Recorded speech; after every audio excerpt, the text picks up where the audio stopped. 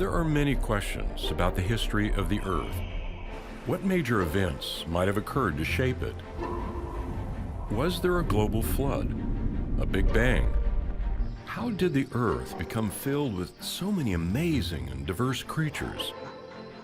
I'm Del Tackett, the creator of the Truth Project, and I've spent a year asking a wide variety of scientists to help me better understand the world we see around us. Well, it was the story that we all learned in grammar school. Colorado River, over tens of millions of years, cut the Grand Canyon.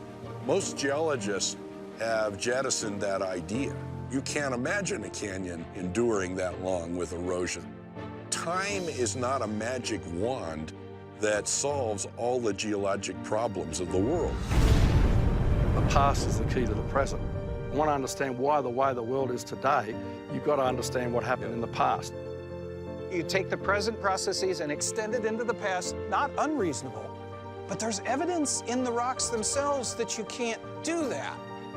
If the fossils of dinosaurs have been dated incorrectly, then it's very likely the fossils of any organism have been dated incorrectly, and therefore then the geologic ages themselves are incorrect.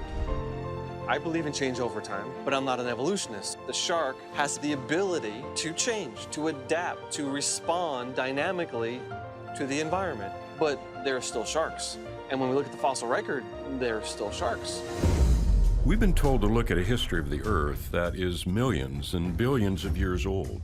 Is there evidence that it could have been created in only a matter of days?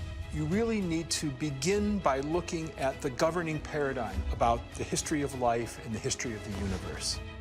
We've got two possibilities, and all the natural history museums in the country all give you just one of those views. Is there a recorded history that shows us a different view? And when we look at the fossil record, we can see that complexity is all there from the beginning, and this begs the question of where did all this complexity come from? An ancient history recorded in the book of Genesis.